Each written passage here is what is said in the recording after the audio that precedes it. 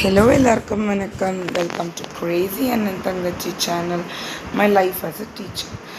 இன்றைக்கி வீடியோவில் நான் என்ன பேச போகிறேன்னு பார்த்துக்கிட்டிங்கன்னா, இன்னையோட மினி விளாக் பற்றி தாங்க.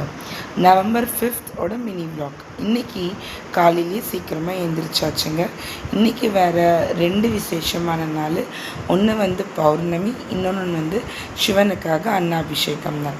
அதனால் சீக்கிரமாகவே இன்றைக்கி எழுந்திரிச்சிட்டு சாமிக்கு விளக்கேற்றுற வேலையை தாங்க பார்த்துட்ருந்தேன். சாமிக்கு விளக்கெல்லாம் ஏற்றி முடிச்சுட்டு தான் நான் சமையல் வேலைக்கே போனேங்க. ஸோ சமையல் வேலையெல்லாம் முடிச்சுட்டு லஞ்செல்லாம் பேக் பண்ணிவிட்டு நாங்கள் 7:30-7:35க்கு வீட்டிலேருந்து கிளம்பிட்டோம், நானும் பசங்களும். ஸோ அந்த கிளம்புற வரைக்கும் இருக்கிற ஆர்ப்பாட்டம் வீட்டில் ஒரு வேர்ல்டு வார் 2 மாதிரி இருக்குங்க, பசங்களெல்லாம் கிளப்பி எடுத்துகிட்டு போகிறதுக்கு.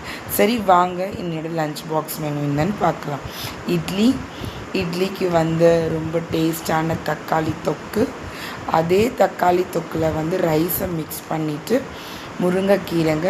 முருங்கைக்கீரை பொரியல் அவ்வளோ டேஸ்ட்டாக செம்ம இனிப்பாக இருந்ததுங்க. முருங்கைக்கீரை பொரியல் இன்றைக்கி ஸ்நாக்ஸ் நாங்கள் வச்சுக்கல. ஸோ இதுதான் இன்னையோட lunch box மெனுங்க.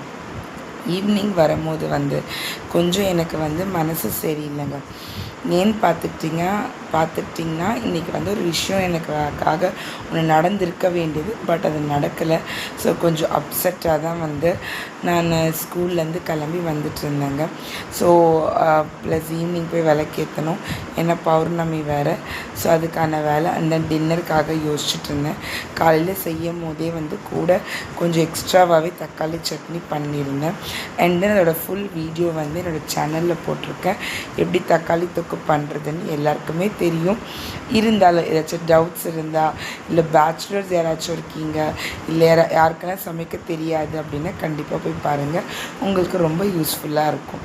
And then more over evening போன உடனே அழகாக திருப்பியும் நீட்டெல்லாம் பண்ணிவிட்டு சாமி படத்தாண்ட விளக்கேற்றியாச்சுங்க. ஸோ இன்னையோட மினி விளாக் எனக்கு இப்படி தான் போச்சுங்க. ஸோ ரொம்ப பரபரப்பாக எதிர்பார்த்த விஷயம் நடக்காமல் அப்படிலாம் ஆச்சு. பட் நான் அதுக்கு சோர்ந்து போகலை. ஒரு எக்ஸ்பெக்டேஷன் நம்ம ஒரு இடத்துல வைக்கும் போது அது நடக்கலைன்னா கொஞ்சம் வருத்தம் இருக்கும்ல, அந்த வருத்தம் தான். ஐல் செட் பேக், திருப்பியும் வந்துடுவாங்க. ஸோ இவ்வளோ நேரம் என்னோடய வீடியோவை பொறுமையாக பார்த்ததுக்கு எல்லாருக்குமே ரொம்ப ரொம்ப தேங்க்ஸ். எப்போவும் சொல்கிறது தான், என் சேனலை மறக்காமல் like and subscribe. Thank you so much.